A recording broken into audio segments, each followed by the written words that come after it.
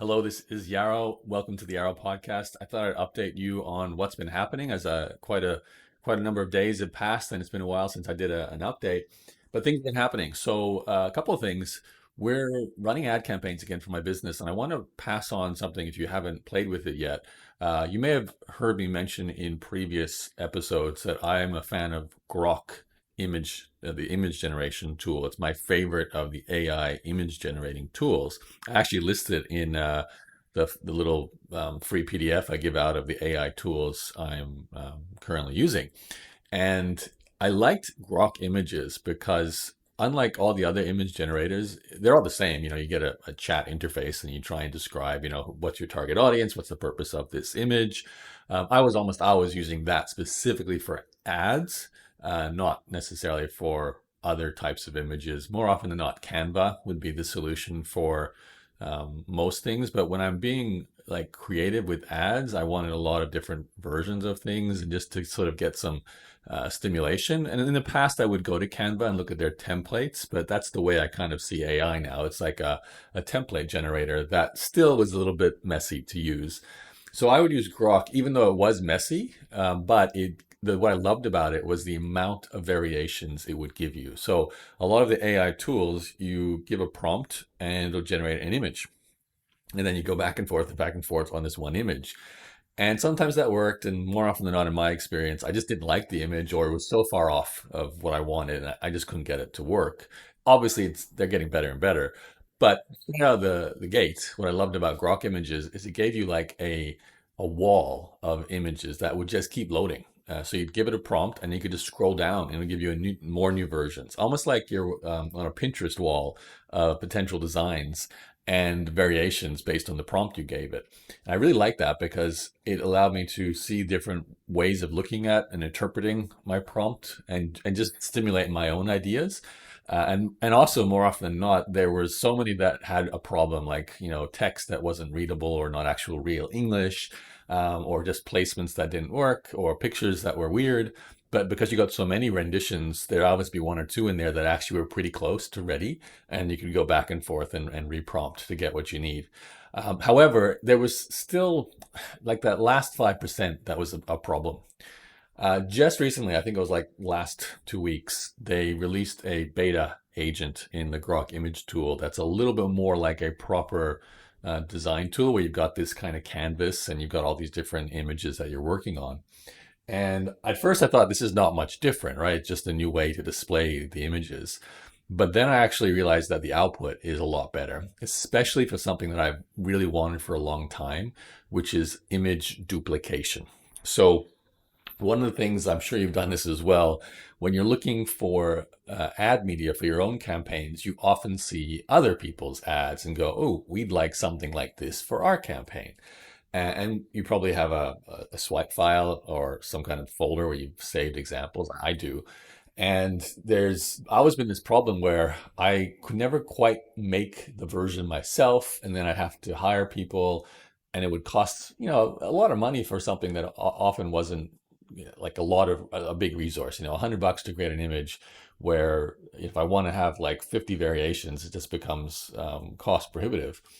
And I would attempt to use like Grok Images and say, here's my, example, but it wasn't there yet. But this week was the first time, in fact, my co-founder Claire, she said, hey, I like this image from another company's campaign. It's not exactly a competitor to us, but a similar sort of target market. And she gave me the image, and I was already using Grok to come up with new ads for our campaign that were already really good. Like it's gotten text well, it's doing people placement well. So it actually gave me images that I've been using in our LinkedIn campaigns. But I was like, I wonder how good it's gotten at copying now. And I gave it this example from my co-founder and said, make a version for my company. In this case, I was using 50 hours, 50hrs.com, which is the company I've been currently running a LinkedIn campaign for, or the landing page I've been running for it. Now, what's really interesting is the way I did this was to take it to my existing, like, I don't know what they call it. It's like a board where all my previous work already was in place. And like most AI agents, it had a memory of my company and what I was doing and what was the copy I would need. So I just said, Here's an image. I want a version of this for our campaign. And it went away and it literally duplicated the image exactly, but swapped out all the copy to match my company's call to action, branding, benefit lists. And it was like literally exactly what I would use first go, straight out the gate. No problems. It just swapped out all the placement of everything with copy for my company.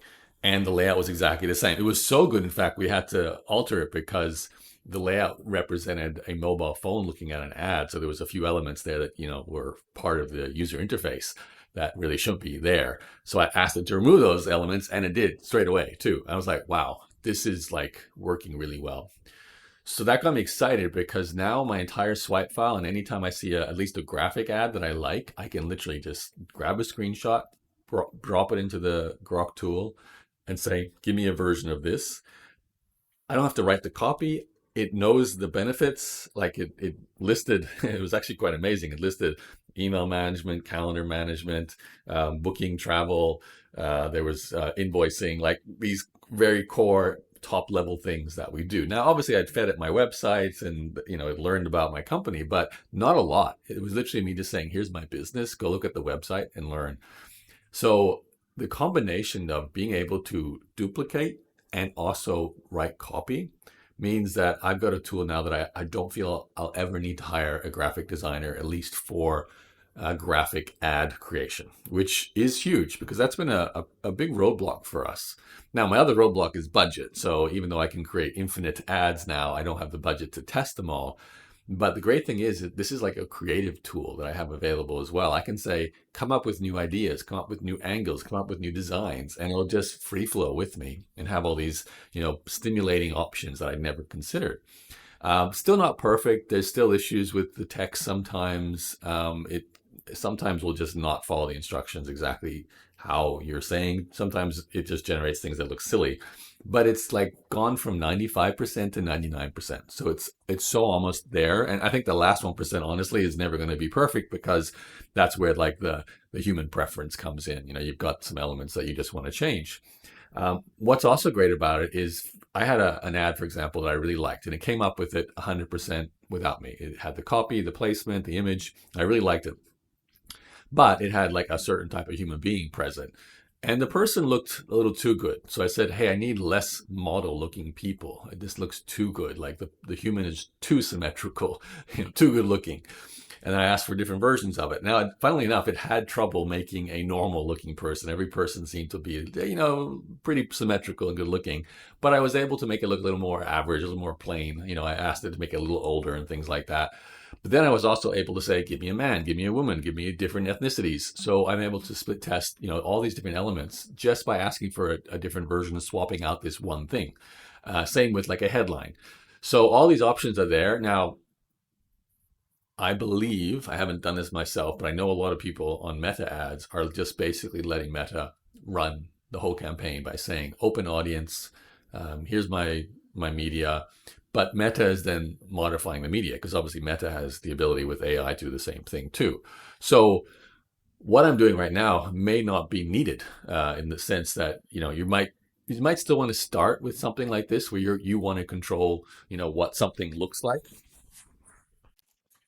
where you do your initial designs using a tool like the Grok image because you want that as a starting point to sort of control the branding and the style, and then give that to Meta to then make new versions. I think that's a great combination. I don't know if you'd want to ever just maybe we're going to get to the point where you're just going to say, hey, here's my website. It goes and runs ads and it goes and chooses the design and it does everything for you. We're probably not far off from that. But if you do want this layer of control and seeing the ad, especially if you're using a platform like I am, LinkedIn, which is a little bit further behind on the whole automated, AI generated campaign done for you, you still need to control the images and that you give it. So in my case, Grok is the perfect tool because it gives me unlimited beta tests, split tests of whatever element I want to change, and idea generation and copywriting. So great tool. I'm going to talk about that way longer than I expected. So I'm going to wrap up this episode just with a recommendation. Go try the new Grok Images agent. for it's a beta agent, but give it a go. Especially if you know there's some ads you've seen or some graphics you've seen and you want it to replicate, just give that a try. It is quite amazing how good it is at just doing this, one thing. All right, that's it from me. My name is Yarrow. I'll talk to you again on another episode very soon. And of course, you can subscribe wherever you find your podcasts. Just look for the Yarrow podcast, Yaro. Thanks again. Bye bye.